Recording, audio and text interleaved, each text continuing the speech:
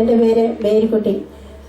കഴിഞ്ഞ ശനിയാഴ്ച ഇവിടെ ശുശ്രൂഷ സമയത്ത് അച്ഛൻ പറഞ്ഞു 12 സ്ലീഹന്മാരെ പ്രതിനിധീകരിച്ച് 12 വിശ്വാസ പ്രമാണം, 12 സ്വർഗസ്ഥനായ പിതാവേ, 12 നന്മ നിറഞ്ഞ മറിയമേ, 12 സ്ത്രീത്വ സ്തുതി, 12 എത്രയും മാതാവെ ചൊല്ലി ഓരോരുത്തരും പ്രാർത്ഥിക്കാൻ പറഞ്ഞു.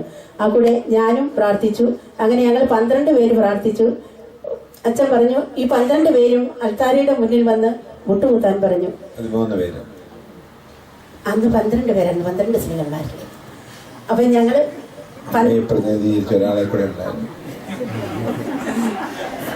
ശരിക്കും അങ്ങനെ ഞങ്ങള് എല്ലാവരും വന്ന് ഇവിടെ വന്ന് മുട്ടുകുത്തി.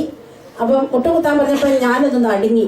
കാരണം കുറെ കാലങ്ങളായിട്ട് ഞാൻ മുട്ടുകുത്തി പ്രാർത്ഥിക്കാതില്ലായിരുന്നു. അപ്പൊ എന്റെ അടുത്ത് മുട്ടുകുത്തി നിൽക്കുന്നത് എഡ്വിനാണ്. തൊട്ടടുത്ത് സിസ്റ്ററും ഉണ്ട്. എഡ്വിനോട് ഞാൻ പറഞ്ഞു ഞാൻ വീഴുകയാണെങ്കിൽ എന്നെ ഒന്ന് പിടിച്ചെഴുന്നേൽപ്പിക്കണം എന്ന് പറഞ്ഞു. പക്ഷെ എഡ്വിൻ പേടിച്ചിട്ടാണോ എന്നറിഞ്ഞില്ല, നേരത്തെ എഴുന്നേറ്റ് പോയി. പിന്നെ അടുത്തിരിക്കുന്നത് സിസ്റ്ററാണ്. പിന്നെ ഏതായാലും രണ്ടും കൽപ്പിച്ച് ഞാൻ മുട്ടുകുത്തി അവിടെ നിന്ന് ഈശോയോട് പ്രാർത്ഥിച്ചുകൊണ്ടിരുന്നു. ഒരു 3/4 മണിക്കൂറോളം ആ പ്രാർത്ഥന തുടർന്നു. ആ സമയമൊക്കെയും യാതൊരു കുഴപ്പവും കൂടാതെ ഞാൻ ഇവിടെ നിന്ന് മുട്ടുകുത്തി നിന്ന് പ്രാർത്ഥിച്ചു. ആരുടെയും സഹായമില്ലാതെ ചാടി എഴുന്നേൽക്കുവാനും സാധിച്ചു.